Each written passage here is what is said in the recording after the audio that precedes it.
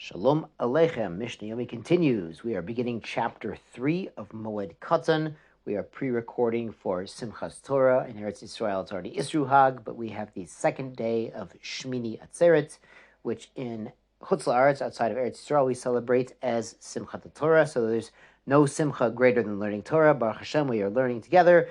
Chapter 3 of Moed Katan. The Elu Megolchin B'Moed. These people can take a shave and a haircut on Chol HaMoed. Now, the Gemara explains that our sages said you can't normally take a haircut during Chol HaMoed because we don't want people to put it off. You understand, we're all busy getting our karbanos ready, cooking and cleaning and making challah and everything for the sorech of Yom Tov. Somebody might just put off their haircut and say, oh, get it on Chol HaMoed. So our sages said, no. Normally, you cannot get a haircut Chol HaMoed, and that way you have to get it before the holiday, so you don't go into Yom Tov looking disheveled. So who can actually get a haircut during Chol HaMoed? Haba memedinat hayam, someone who arrives from overseas. He was literally stuck on a boat or a train or something and just got into town. He can go ahead and take a haircut. Mibeta shivya, or he had been captured, and then we redeemed him from the captors. It's a big mitzvah, pidyon shivuyim, to get Jews out of captivity and get them back home. Hayotzi mebeit asurin, somebody who gets out of jail during Chol HaMoed can get a haircut. He couldn't when he was imprisoned. V'hamenuda, somebody who is in nidui, which is a certain excommunication. Shetir lo chachamim, and then this person did tshuva, stopped doing something wrong, so the sages released him from his ban of nidui, and now he's allowed to get a haircut, which he could not do when he was under the ban. And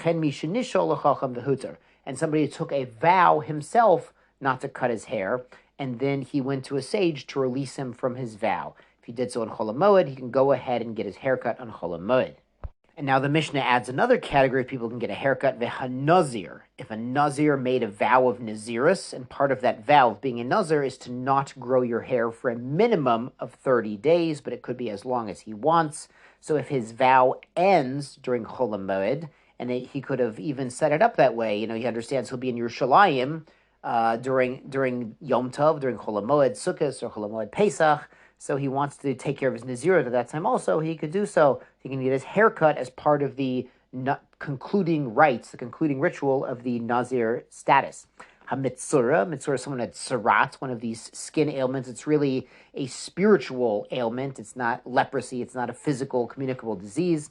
The ole mutumato the taharato, and somebody who was tameh and is now becoming tahor, they have to wash themselves, their clothing, and take a haircut as part of the process. The Mishnah Bet, the elu mechabzin b'moed, and these people can do laundry during Chol HaMoed. Now, again, our sages said most people, most of the time, should not be doing laundry in Chol HaMoed. First of all, it's a tircha, it's a schlep. Even with laundry machines, if you have kids, Baruch Hashem, the laundry piles up. It's a blessing, but it's a never-ending supply of laundry. It's a tircha. We don't want a lot of tircha during Chol HaMoed. We also want people to wash their clothing, launder their clothing, get the dry cleaning done and out of the way before Yom Tov. So you'll have clean clothing and nice things available, freshly pressed, ironed, good to go, dry cleaned before Yom Tov itself. You're not going to wait till Chol HaMoed to do it. So who can do so? Habab Midiyat Yam, again, someone who arrives from overseas, Mibeta Shivya, who was captured, Yotzi Mibeta Surid, who he was imprisoned, Hamenude, again, someone excommunicated under a ban, Sheitir Lo Chachamim, that he's changed his ways and he can rejoin the community, and the sages allowed him back. Somebody who made a neder, he made a vow against doing laundry, and then he was released from his vow. This is not a vow any of us should be making.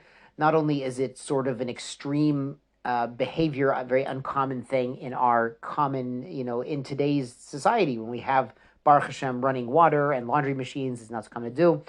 It's a mitzvah bein adam l'chavero to be clean and freshly smelling when you go into shul, when you're around your fellow man. Mitzvah adam bein chavero. It's a very important thing. And the Mishnah adds certain items that can be laundered by anyone. Mitpachot hayadayim. So mitpachot hayadayim is hand towels. Now, these commonly get dirty and would need to be washed, at least rinsed out during Chol HaMoed. The poskim nowadays, they say commonly babies' clothes, infant clothing. Cloth diapers, certainly, but even infant clothing that gets soiled. Infants are always soiling their clothing. Baruch Hashem, it's part of the joy of being an infant and having an infant. So that could even be washed in Chol HaMoed, according to many modern poskim. Midbachot safarim, So these are the towels of the Saparim, either barbers who can cut hair, of people who are allowed to get a haircut. And there's also Girsa Hasforim. It could be the covers for holy books, for scriptures that are commonly getting used during Chol Moed, or perhaps by teachers who they spread out, some sort of cloth for people to lay their scriptures on. Mitpachot Hasvog. And these are bath towels. Bath towels get used on Chol Moed. Baruch Hashem, we're bathing. We're all in Yerushalayim together. It's good to be fresh. We're all using our towels so they can be washed during Chol Moed, similar to what I mentioned by infant clothing in modern day poskim mentioned. A Zavin of a Zavot, somebody who had an irregular emission. He was a Zav or she was a Zava. A Nidot, Yoldot, a woman who was Nida on her period or had given birth. In these situations, also, they need to launder their clothing. Some of these stains, blood stains and the like, if they're not laundered, quickly, it could be a lasting stain, and that's a hefsed, that's a loss if you don't take care of it. Anyone who goes from a state of impurity to purity, in many of these cases, they need to wash their clothing. For instance, somebody came in contact with a corpse, with a met, not only are they tame, but they need to immerse their clothing, launder their clothing as well. Hare elu mutarin, they are mutter to wash their clothing. Sharkul adam masurin, but other people are forbidden to wash their clothing during Chol Moed because, again, our sages want you to do your dry cleaning and your laundry before Yom Tov, before the holiday, so you go into Yom Tov fresh, clean, haircut, laundry, dry cleaning, everything's taken care of. Lechatchila, that's the ideal situation. So my blessing to everyone is you should go into Yom Tov in a state of preparedness and menucha and simcha v'samachta bechagecha. Wonderful learning with all of you. Tizkula mitzvot. Be well.